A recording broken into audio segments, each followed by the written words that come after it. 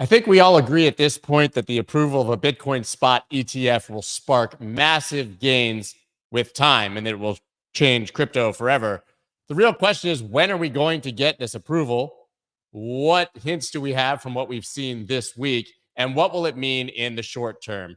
NLW and I, as always on Fridays, are going to review the biggest stories of the week and, of course, dig deep into what's happening with the ETF and when we might see it approved. You guys don't want to miss this. It's the Friday Five. Let's go. Let's go.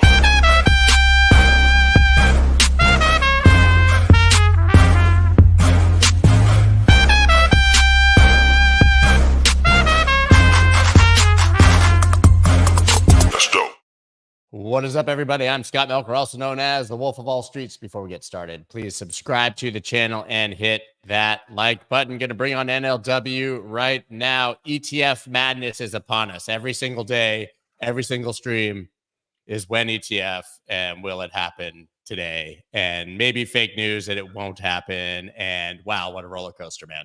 I almost feel rugged that it didn't happen for the show. Like I kind of had like hyped myself up thinking that it was gonna slide right in right before we went live. So I don't know, man. I also agree. I thought we were gonna get perfect timing, that they would definitely approve it off hours so that it didn't affect the market, that they would do it on a Friday so that we'd have all kinds of suspense through the weekend. But it seems like they're still tying the bow on a few things. I mean, this thing is inevitable, right? Regardless of Matrix Sport. I think I had a hilarious comments, by the way. Some guy responded to me today, said, when will Mattress Sports give their opinion? And for some reason that just made me laugh. But yeah, I mean, we saw the Matrix Sport thing a few days ago, absolutely somehow rock the market, but this thing is inevitable. Well, you know what's interesting? Because we didn't really put Matrix Port as one of our topics, so let's have an honorable mention here, just because we won't spend too much time on it. One of the things that I thought was interesting about that, and maybe the more sort of telling part of the story, the Matrix Port analyst never promised that this was anything other than his opinion. He was basically just like, there's no political reason for them to do it, so he was kind of like off on this, it's almost like a thought experiment more than anything else. I think what's telling is the sort of one, how much leverage it built up in the market, right? And it was a sort of a release valve for that. And two, how much we have clearly pinned our hopes around this thing. I mean, this has become a narrative magnet in a way that I think is probably even more powerful than we all recognized. And I think that the fact that this was sort of, able to have that type of dramatic impact is more telling than the report itself in some ways. Yeah, to me, it tells you exactly what will happen if this thing does actually get rejected. Yeah. Which is an absolute massive bloodbath, right? But I think what everybody really is thinking about is if it's priced in, what the expectation is. Obviously, we're starting to see that it's a sell the news event because it's priced in, and people conjecturing that maybe all of the buying that there would be for an ETF has already happened in anticipation. I would tend to disagree. I'm sure you saw the Bitwise survey that came out. Financial advisors want a Bitcoin ETF, but less than half expect approval. It was from Juan Leon, who's one of their analysts that wrote this. It was really, really good. They do this every single year of RIAs, obviously registered investment advisors. But there were some really, really telling statistics in this, I think, about what people are anticipating with the ETF. The biggest, obviously, 88% of advisors interested in purchasing Bitcoin are waiting until after a Bitcoin spot ETF is approved. So that gives you the clarity that at least on the RIA side and recommending to their clients, they are not buying yet. And also less than half of all advisors expect a Bitcoin spot ETF in 2024. In a surprising development, only 39% of advisors believe a spot Bitcoin ETF will be approved in 2024. By contrast, Bloomberg ETF analysts peg the likelihood of a January approval at 90%. I do not think this thing is priced in if all the RIAs are still on the sidelines. Yeah, I mean, listen, we've had this conversation before. The priced in question is always going to be about on what time scale we're talking about, right? If the question is, have the existing market participants position themselves for the anticipation of the approval? At this point, the answer is yes, right? Like that sort of movement got us to this $40,000 to $45,000 level. That's pretty clear. And so to the extent that we're talking about priced in the sense of, our existing market participants getting ready, then yes, it probably is. Now, are we going to see a huge inflow the first day that this thing launches? Or maybe even a better question is, could it possibly hit the inflated expectations that we have? The answer is probably not. And so you have to think that some number of people who have ridden this thing up, even from 33 or 35 or 38, are going to take profits, and there's going to be some amount of short-term dissipation. But then we get into the longer term, which is, gets more into the statistics that you were just sharing, which is that there's this huge untapped market. I can't remember who it was, so forgive me for sort of misquoting, but someone wrote, it can't possibly be priced in when a huge portion of the buying audience doesn't have access to the asset yet. And I think that that's true. It's just it's going to be based on the timescale that we look at. If you stretch this out over the course of 2024, I think it's obviously not priced in. I think if you look in the context of just, all of us sort of sitting around waiting for this thing, we're probably a lot closer to that. But, one of the things that's pretty remarkable and is a great reminder of is how insular our community really is in terms of talking to each other. I mean, it feels so loud, and we do punch above our weight class in terms of dominating Twitter/X conversations, but it's still, we are so disconnected from the sort of average, even investor public, that it's hard to remember sometimes that most people just aren't paying attention to this in the same way that we are, waiting with bated breath on every sort of move. I 100% agree with that. Our echo chamber is exceptionally loud, and most people have not even heard of Bitcoin and certainly are not tracking the progress of the Bitcoin spot ETF approval. They don't care. They don't even know. They haven't seen the commercials. It's not on their radar. So I don't think that it's priced in that regard, as you said. I think it's important to note, kind of as you hinted at, it's going to be the success of the ETF versus whatever the expectation is, not in a vacuum. Just like when Jerome Powell gives a speech, you may know what he's going to say, but it's the way he says it versus expectations. Or if inflation numbers come in above or below expectation, it's not the number in a vacuum that matters. It's what we expect. What I've been trying to get to the bottom of is what AUM and how fast would people view as a success or a disappointment?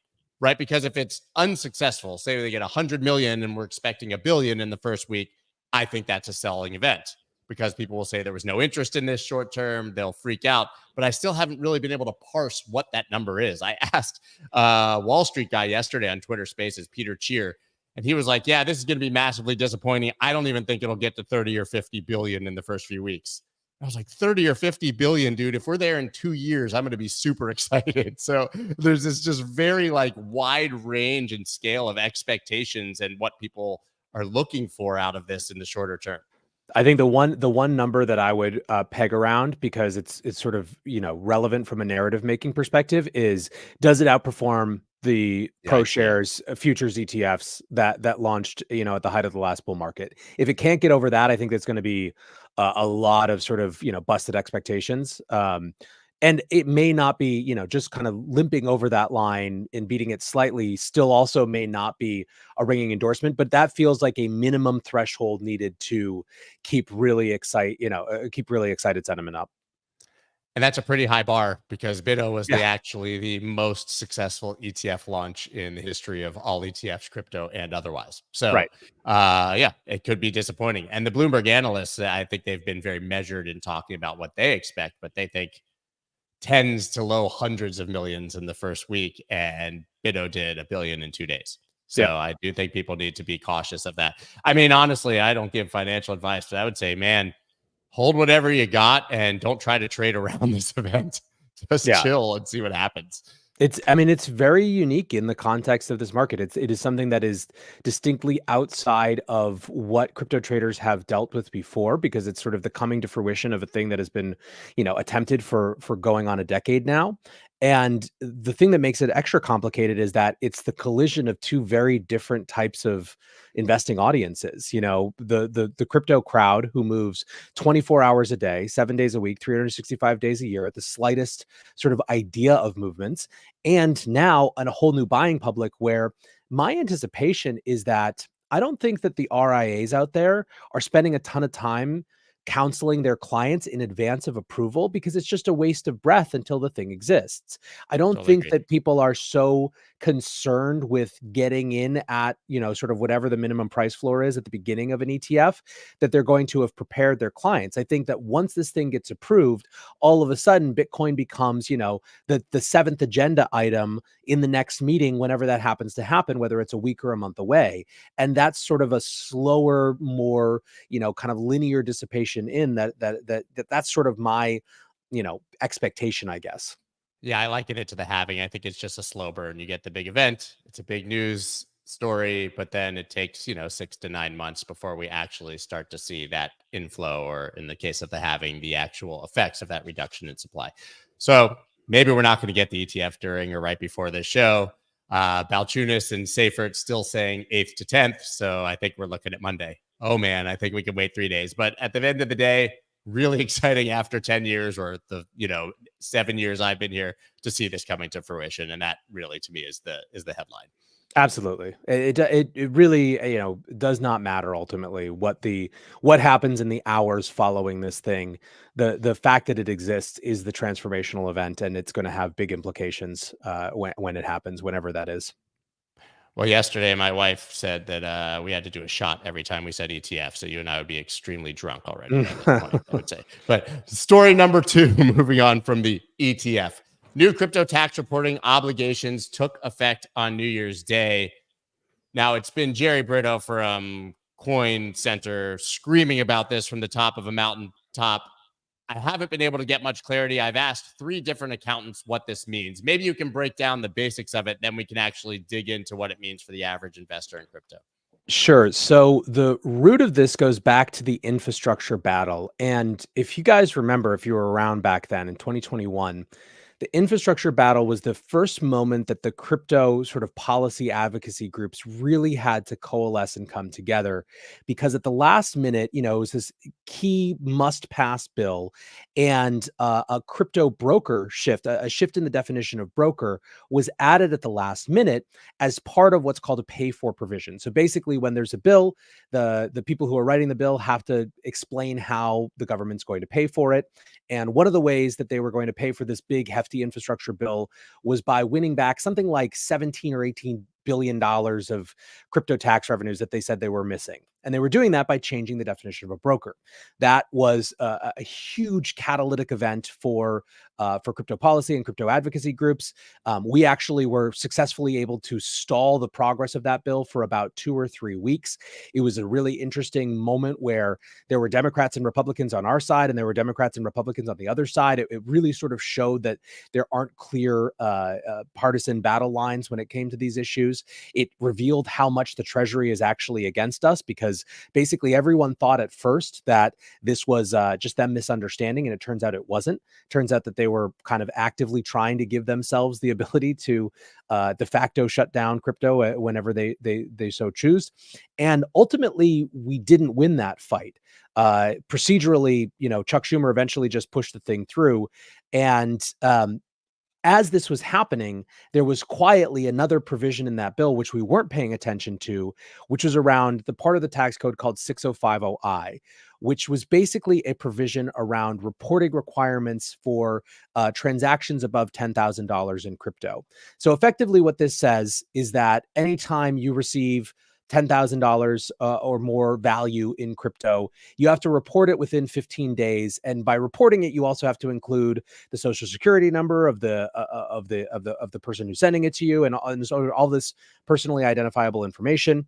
And importantly, theoretically, the penalties for not reporting this are they're actually felony, up to and including felony charges. So it's a significant penalty.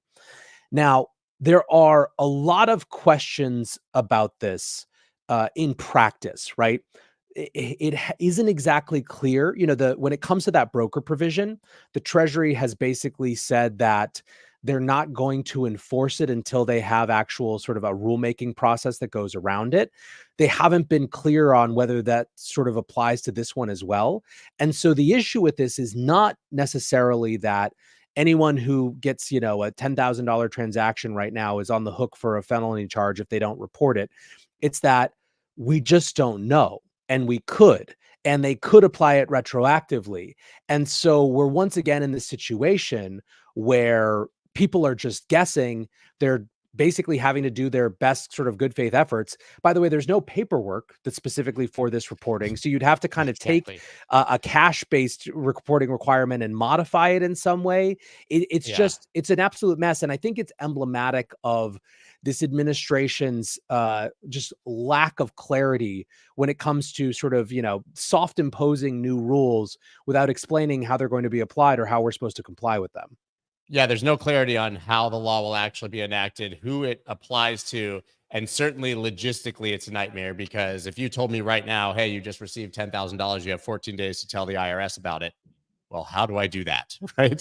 Yep. I don't think that your average person knows a way to get in contact with the IRS or has a plug over there that's going to give them access. Right. And so I think there was a lot of fear that this applied to literally everyone. They sort of clarified as I spoke to accountants, this was for businesses and professional traders, but there's also no definition of what makes you a business or a professional trader if you're just an average crypto investor who's moving money around. I think it's important to note these laws exist for KYC AML purposes at the $10,000 threshold in other markets, right? You know that if you have to report if you bring $10,000 cash into the United States, if you even withdraw $10,000 cash from your own bank account, the bank is going to report it to the IRS. So that aspect of it, I don't think is surprising. We've seen crypto laws catching up to existing laws for other TradFi in other places as well, right? We know that the wash sale rule, for example, will probably disappear from crypto and we won't be able to get that tax benefit. Biden's even spoken about that.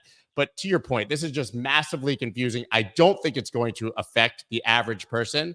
But the worst nightmare is 3 years down the road, they, push a button on a tracker that they've built from CoinAnalysis and go back and say you received $10,000 from your cousin, and all of a sudden you're on the hook for a felony. Yeah.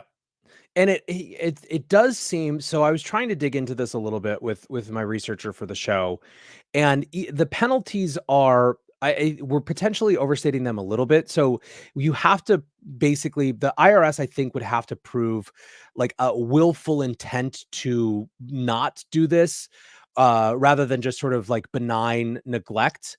And the sort of the penalty for benign neglect is $50, not a felony. Right. But it's again, it's sort of like where are those lines drawn? Like it's not that fun to be figuring out how to fight that battle or thinking about having to fight that battle years down the line. Yeah, Jerry Brito had a couple great examples. There was one, I believe, where he said that if you're a professional trader and you do a transaction directly OTC with someone, not on an exchange, obviously, and it's over $10,000, then in theory, you would each have to report each other. Yeah. Because 10,000 went each way. You maybe sent USDT, they sent Bitcoin. They're both in the amount of $10,000 and you're reporting each other for the same transaction. It's just broken. Yeah. All right. So I think that we can move on. I don't think this is something that people should be terrified about, but I do think it's something that we should be paying attention to and trying to be compliant. At the end of the day, my feeling with all of the tax laws and nonsense surrounding crypto is just report everything and pay your taxes. Yeah. 100%. So don't really leave it to the court of public opinion or to the government to decide whether what you've done is legal. The next story, obviously, that we just never got a chance to talk about, even though I think it's about a week and a half ago. Barry Silbert resigns as Grayscale chairman to be replaced by Mark Shifke.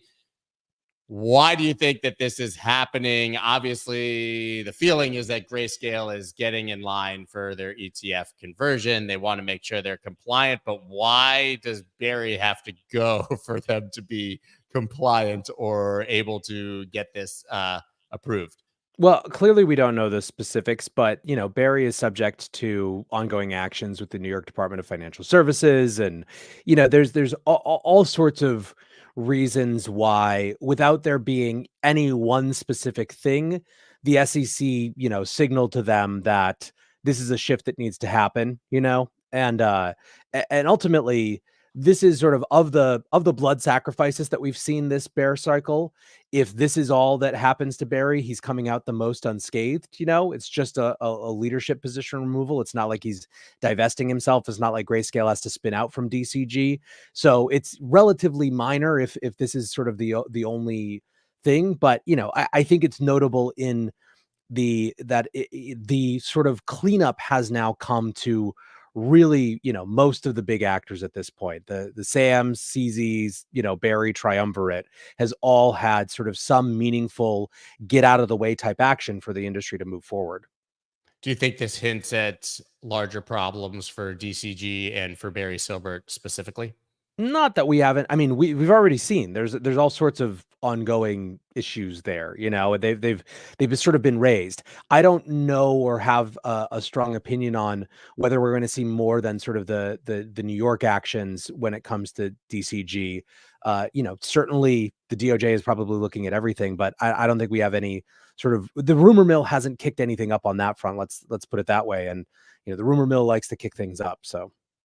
Yeah, I'm sure that this won't particularly affect Barry's financial status or connection in that regard to Grayscale. So it seems like more of a symbolic move for them to, like I said, show the SEC and the government that they're doing what it takes to get it done. Right. And speaking of other people who had big news this week, those bad actors you talked about, Bankman-Fried won't face second trial on remaining charges. Now, there's been so many, I don't know if bad takes or conspiratorial takes around this, but we kind of knew that this was likely to happen in context of the first trial. The government told U.S. District Judge Lewis Kaplan in a letter Friday that in the interest of expediency, it would drop plans to try Bankman-Fried for conspiracy to bribe foreign officials, commit bank fraud, and operate an unlicensed money transmitting business, among other charges. A lot of this has to do with the extradition rules with the Bahamas, who have not given them permission to do this. And the guy's already facing 110 years in jail. Do we need to go after more? But the flip side of that, obviously, is he illegally gave a lot of customer money to a lot of politicians. And that's clearly not going to be litigated right now. And I think that rubs people the wrong way. Yeah, I mean, listen, I think that this comes down to a question of where the public interest really lies. The government's argument is that the public interest is in not doing another repeat trial, which is just going to have additional charges, which would have concurrent sentences, so it's sort of just a waste of time and resources. The flip side is that because of the particulars of which charges are being dropped, we don't get good information about who knew what. And so I think that without donning the tinfoil hat, you have what looks like a very convenient, if legitimate, sort of dropping of a case where, because it was broken up in this way, they were able to avoid a thing which would have put a lot of egg on a lot of people's faces in the name of not spending or wasting taxpayer dollars on a redundant trial. And I think that you don't have to have a conspiracy theory mindset to understand why that would have been seen as convenient by the powers that be. Yeah, there's been a lot of people who have responded to me when I've sort of calmly laid out the facts, saying, you said that SBF, was going to go to jail forever. Now he's not. Clearly, it's a cover up. They're protecting him. I don't think they're protecting him. No, they're not protecting him. They're protecting themselves. Yeah, I mean, we would see $100 million in clawbacks, the names of hundreds of politicians, including some of the leading members of the largest committees in Congress and the Senate, I think on both sides of the aisle. Yeah, that's not coming out anytime soon. I'm disappointed that it won't, but I do understand that it's a waste of taxpayer money and resources at this point if it's only to put him away and not to go after those people. Yeah, I mean, it's a frustrating situation. I think that the public interest would, my position is that the public interest would be better served by a full accounting for sort of what those political relationships were. But at the end of the day, this is a battle that was probably not going to be won. More than anything, they should at least claw back all of those donations and give it back to creditors. I mean, that money is literally the money that people deposited into FTX as an exchange and believed was theirs. Yeah, 100%. Yeah, and our number 5, which is just funny, man, Jim Cramer. Let's play him. Let's look at what Jim Cramer had to say about 8 hours before the market went from 45,000 to 40,000. All right, ahead of the open, which is about 2 minutes from now, take a look at Bitcoin. Above $45,000. That would be the first time since April of 22. Since April of 22, you can see, and obviously it had a great year last year. Yeah, we got that clearing event of Sam Bankman-Fried going down, and that seemed to make people feel, you know what, we're safe. And then the ETF. ETF, we continue to wait endless for the ETF. Right. And look, it's very rare that I've ever seen that this way. Could it be a waiting for Godot? I mean, no, there won't be an ETF. But I do think that the people who are in it for that are going to use that as a chance to sell. But this thing is, you can't kill it.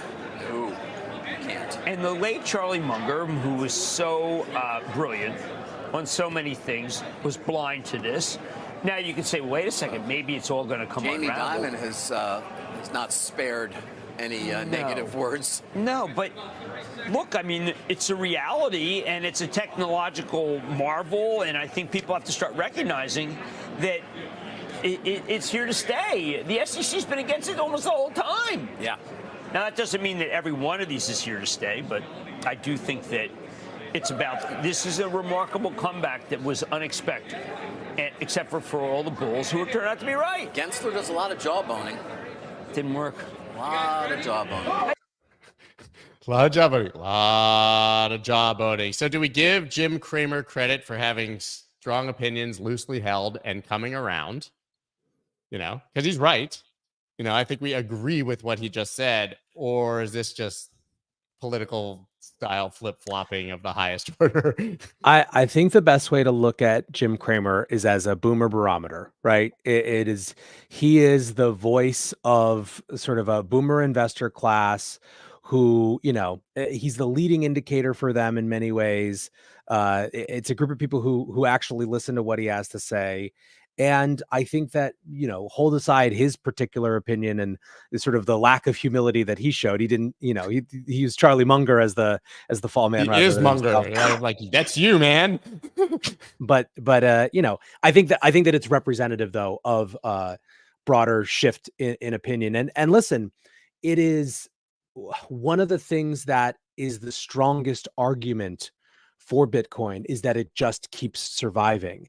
It's trite to say because we say it all the time in the crypto space, but no other bubble has ever come back from being a bubble, really. Unless you want to call .coms and sort of the internet, an example of that. But when it comes to real, pure, financial speculative mania, it's just gets harder and harder every single time it doesn't die to ignore it. And so I think it's positive in the sense that I think that he's not the only one who is having that set of thoughts right now, as we're sitting here watching and waiting for this ETF to be approved. That's right, because once again, in our echo chamber, we know that he's easy to counter trade, and it's become a meme, but there are millions of people who listen to him every single day, and he just gave it the stamp of approval that maybe many of them were looking for. And when there's an approved spot ETF and their RIAs are also talking about it, this can only lead us in the right direction. It's just hilarious that it happens the day before price crashes, and I'm literally dying on the inside at your boomer barometer. We'll call him I think we're going to have to trademark boomerometer. Yeah, exactly. Use the boomerometer. Anything else that we might have missed that you want to touch on before I let you go? Everything is just anticipation right now. And, listen, I think that what we'll have to do next week, if this thing gets approved as we anticipate, is a top 5 contenders for the next narrative, because we're going to need a new one. I'm putting my hat in the ring for ETH. Yeah, get your real world assets ready. Get your ETH comeback ready. ETH comeback, that's mine for sure. And I think that once this gets approved, we're going to very quickly start hearing about the Ethereum spot ETF. Yep, 100%. All right, man. Well, everybody listen, follow NLW obviously on X, but the breakdown every single day, the best podcast, frankly, in the crypto space. If you want to get this kind of insight and updates every single day, that's the place I go for it, and you should as well. We will be back next Friday. I don't foresee any huge breaks coming, so we should be back on a relatively consistent basis here. Hopefully, no more holidays. So, Matt, thank you. Great to be back, and we better be talking about an already approved Bitcoin spot ETF by next Friday, or I'm gonna lose my mind. Yeah, it'll be certainly a shock if we're not. All right, man. Thank you, guys. Thank you for listening. We'll see you all on Crypto Town Hall over on X Spaces in about 40 minutes. Thanks. Have a good one.